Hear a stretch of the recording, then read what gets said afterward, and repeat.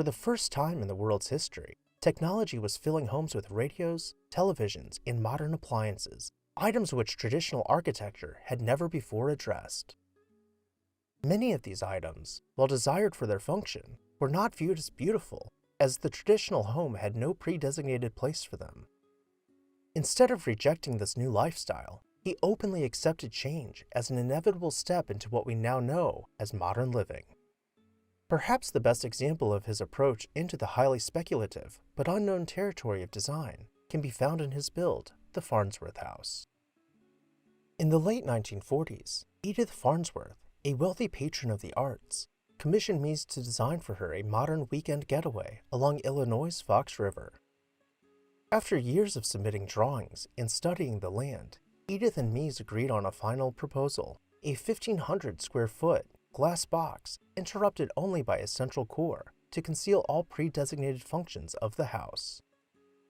The home would be located in the floodplains, about 5 feet above the 100-year flood mark, to allow for once-in-a-generation experiences of water arriving just below the cantilever terrace. Furthermore, all structural support for the building would be found along the exterior, creating a skeletal support system of steel beams painted pure white. The result offered flexible spaces, only implying which functions should play out in each area of the house, but lending no solid definition for said functions, allowing the house to evolve with the introduction of new and unknown future technology. The central core of the house was placed off-center, allowing for various sets of proportions to be used for each implied space. You see, we only might call this house beautiful because we mostly do not experience the house.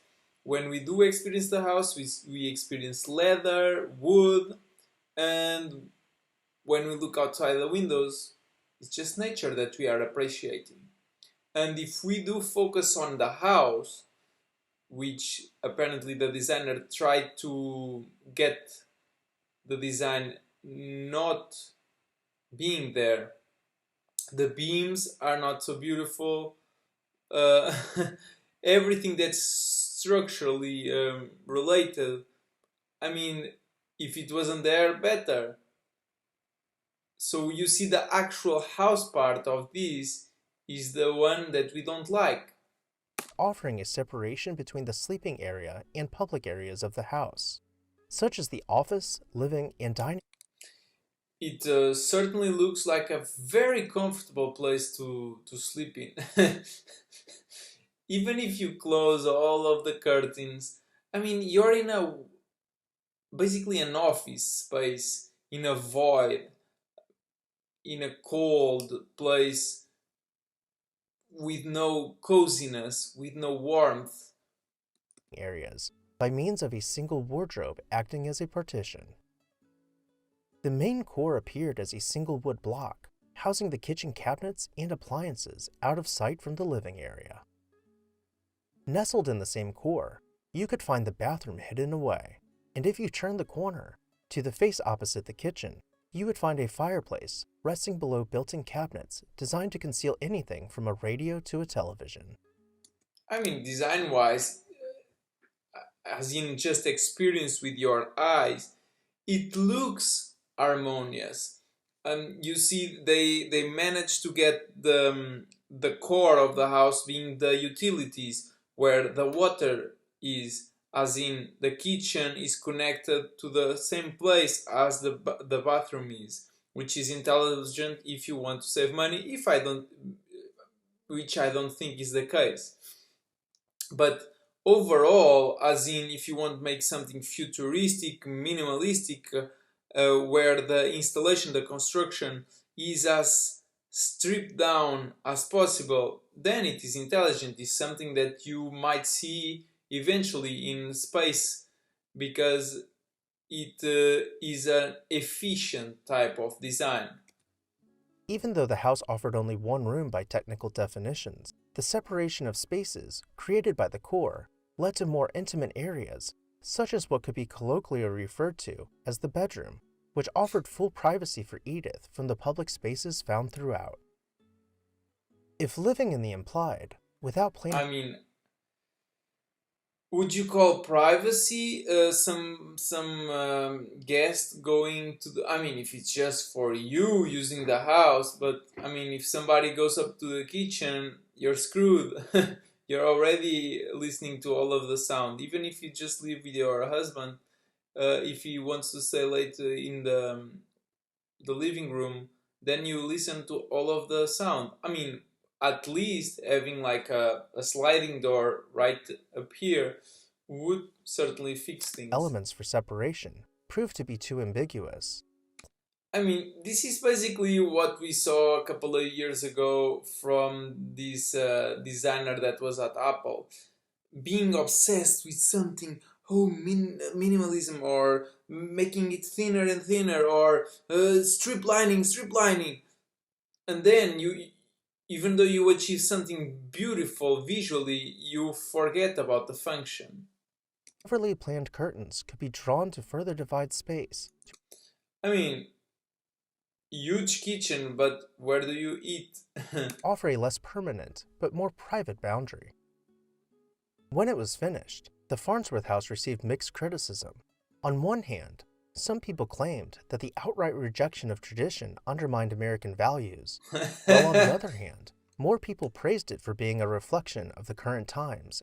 The thing is, the core, as in the main idea, I think it's pretty well. I just think the action is not ideal. I don't think it's Offering adaptive coexistence with a more technological well lifestyle. finished.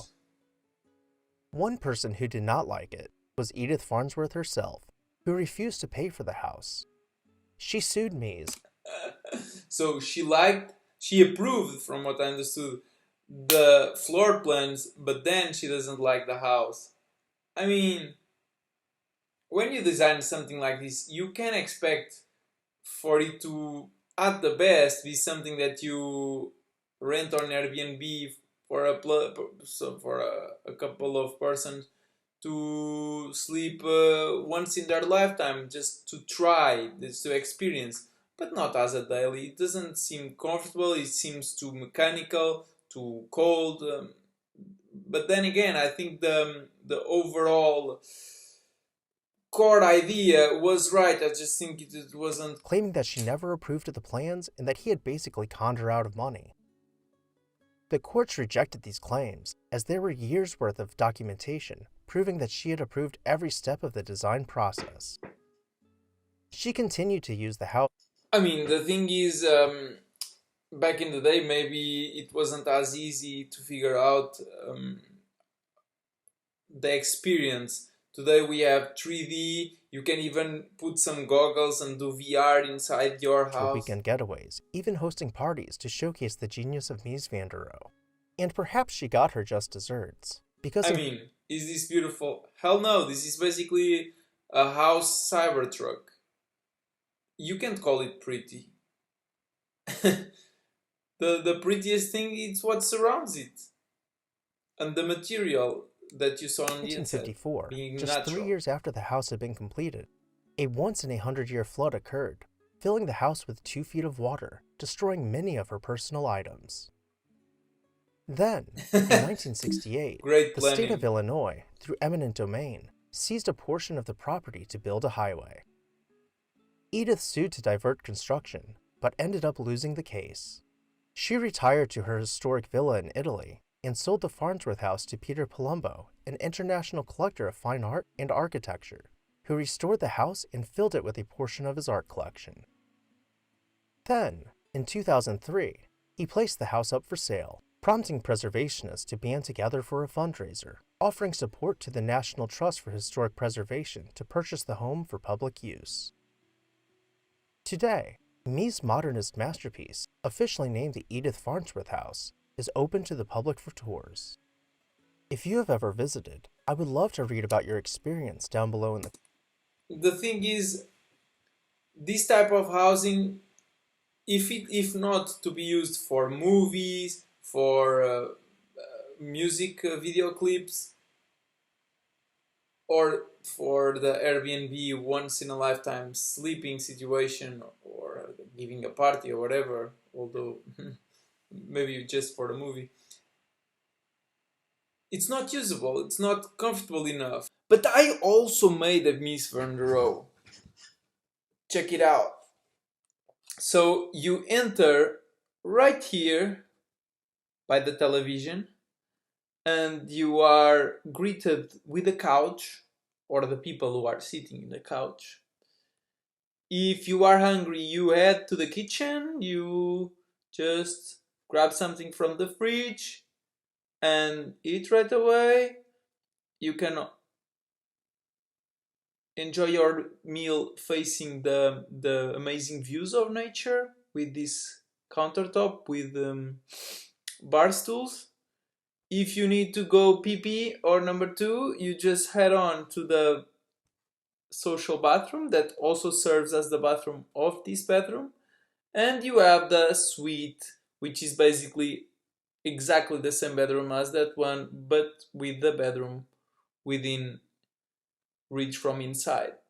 And that's it. I still managed to make all of the outside walls being totally glass. I made sure that it is symmetrical. That's why I put another door right there. And yeah, I'm deeply convinced that you could actually live in this with comfort. You could have a spouse or a husband and basically have a kid or two, and they have their bedrooms, you have your bedroom. You can perfectly well like enjoy your own private space while they are enjoying them. You can go to bed while they are watching TV or just having a small little socialization up here. That's it. Thanks for watching.